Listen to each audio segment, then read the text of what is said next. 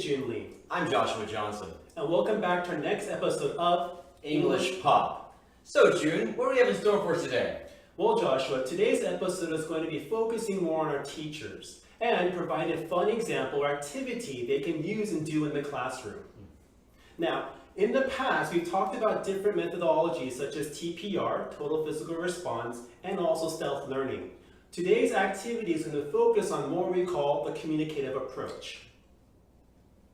What is that communicative approach actually, June? Well, the communicative approach describes that students don't learn a language just for test taking or practicing or completing drills, but they learn the language to actually understand the situation and environment around them.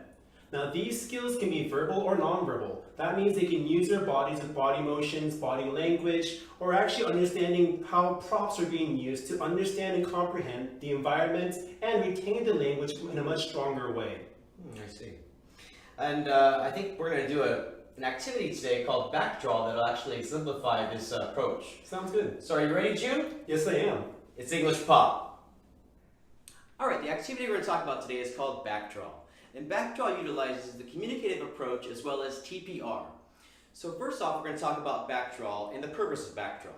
The purpose of backdraw is to review vocabulary and to review the lesson that you've studied in that day's class. And basically, the organization of backdraw is to have your students break into teams, 2 different teams, and get in single file lines and seated in the classroom facing the board. The materials that you need to do backdraw is basically chairs, a whiteboard, and some markers. Okay?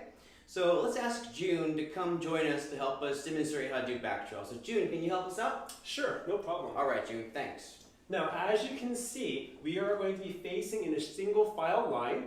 Joshua cannot see me, and we're all facing the front of the classroom.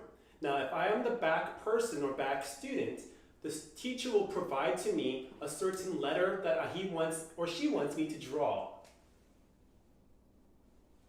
Now, I will take this letter and I'll write it on the back of Joshua. Now, if he understands the letter and feels confident with it, he's going to nod his head yes. If he wants an extra chance, he's going to shake his head no, and I will then write it over again onto his back. Let's try this together. Joshua, do you feel confident with the letter? Now, once he feels confident with it, he's going to go to the front of the classroom and write what he thinks I wrote on his back.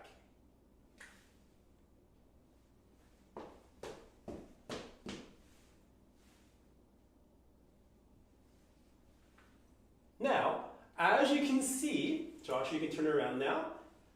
As you can see, our letters are actually incorrect.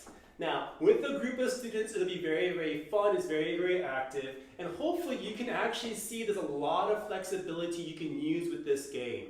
For lower level or beginning students, 1 letter at a time or just vowels or just consonants can be used. For more advanced students, you can actually put short words or short phrases depending on how advanced their skills are going to be. Now at this time, we're going to take a look at a teacher training Joshua actually did in China to get a good feel of how it's actually being used in a real classroom environment.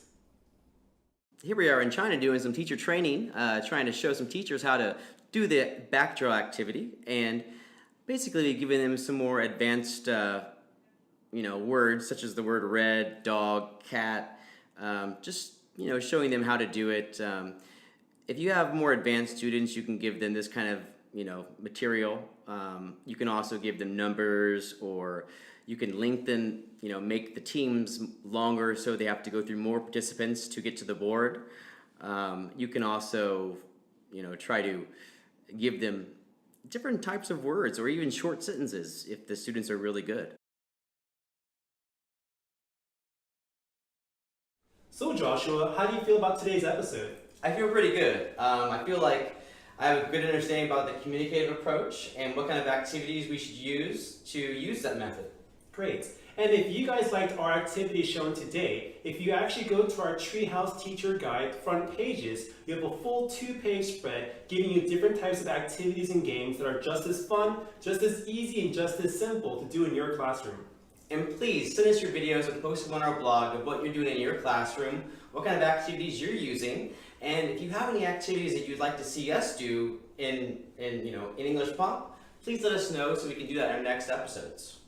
Thank you for joining us today. We'll hope to see you again.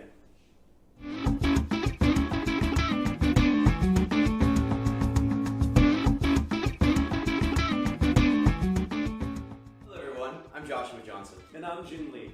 Thanks again for watching English Pop. And if you like what you saw, please click below to subscribe. You can also follow us on our Facebook and our Twitter accounts. And if you look at the description below, you'll see all of our links to our resources discussed in our series. And of course, you are always welcome to comments down below also. And for all of our users in China, please don't forget to follow us on YouTube. Well, thanks a lot for tuning in. We'll see you here again next time on English Pop.